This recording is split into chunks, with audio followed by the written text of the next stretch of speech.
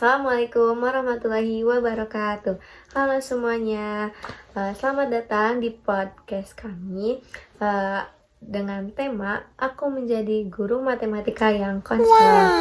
Di sini saya Dila Juliani dari mahasiswa UN Sunan Gunung Jati Bandung, Pendidikan Matematika, yang akan menjadi host pada podcast kali ini. Dan narasumber kita itu ada siapa tuh ya?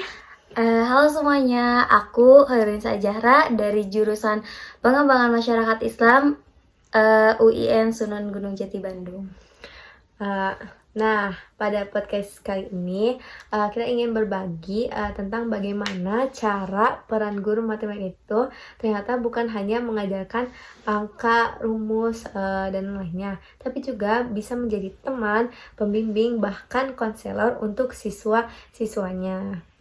Nah, jujur dulu tuh aku ngira tugas guru itu cuma ngajar, bertugas, terus udah gitu ya.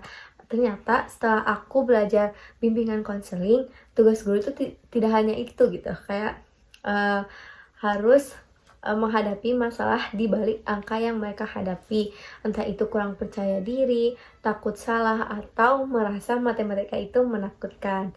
Nah, sebagai guru matematika, kita bisa menjadi tempat curhat siswa yang membantu mereka memahami bukan cuma soal pelajaran, tapi juga perasaan mereka terhadap pelajaran itu.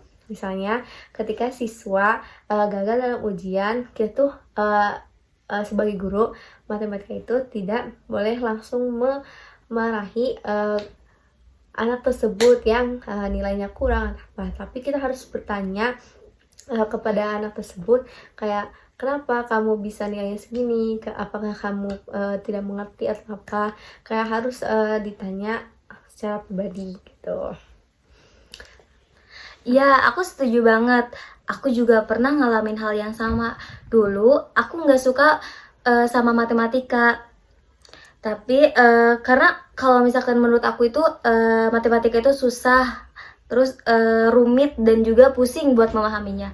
Tapi saat aku mulai belajar memahami dengan cara aku sendiri, itu tuh jadi semuanya perlahan berubah. Apalagi waktu itu aku tuh dibimbing sama guru yang sabar dan suka ngajak ngobrol.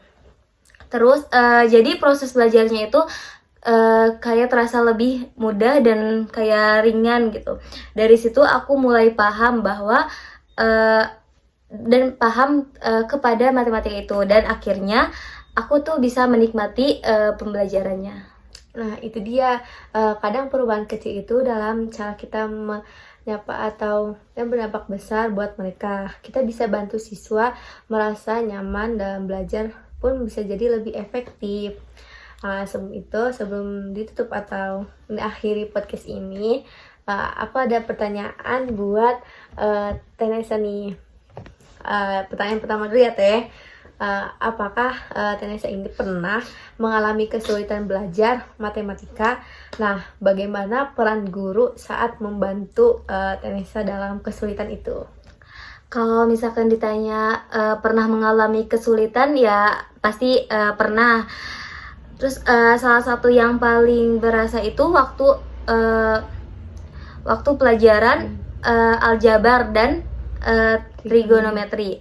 Rasanya kayak angka dan huruf itu gak masuk di otak, terus susah buat dipahami gitu.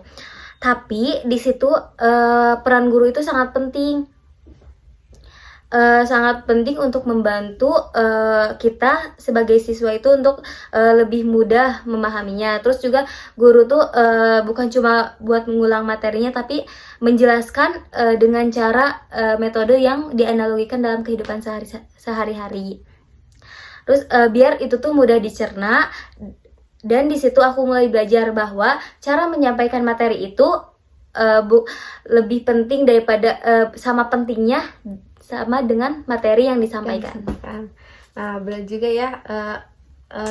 Aku juga belajar aljabar sama trigonometri itu emang sesulit itu, apalagi aljabar terus pakai pikir yang logis, yang emang harus serius gitu belajarnya. Dan trigonometri juga kita harus paham itu tentang sin, kostan, kayak gitu ya Teh. Iya. Apalagi itu kan Betul. banyak banget. Nah, itu kan sudut-sudut gitu.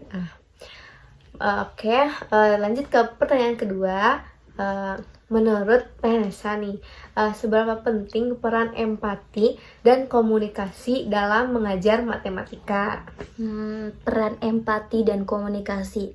Menurut aku itu penting ya, karena matematika itu bukan cuma soal angka, tapi juga soal bagaimana sih cara kita berpikir, dan tiap murid pasti punya cara berpikir yang berbeda-beda. Disinilah empati guru berperan.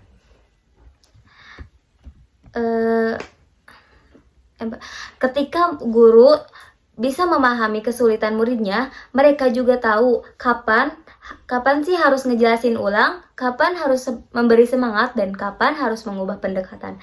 Komunikasi juga nggak kalah penting, karena kadang murid itu nggak langsung bilang kalau misalkan mereka itu nggak ngerti. Tapi kalau misalkan gurunya terbuka kepada murid itu bisa dan komunikatif itu bisa muridnya tuh bisa nyaman, terus bisa nanya ke gurunya bahwa itu tuh gak paham sama materi yang disampaikan. Jadi menurut aku empati dan komunikasi itu kunci supaya pembelajaran matematika enggak cuma masuk di otak tapi juga masuk di hati. Benar ya, karena bukan hanya guru matematika saja, tapi guru yang lain juga harus mempunyai peran empati dan komunikasi yang lebih baik lagi. Nah, itu dia obrolan singkat kami tentang pentingnya peran guru matematika sebagai konselor. Terima kasih sudah mendengarkan podcast ini. Sampai ketemu di podcast berikutnya. Dadah!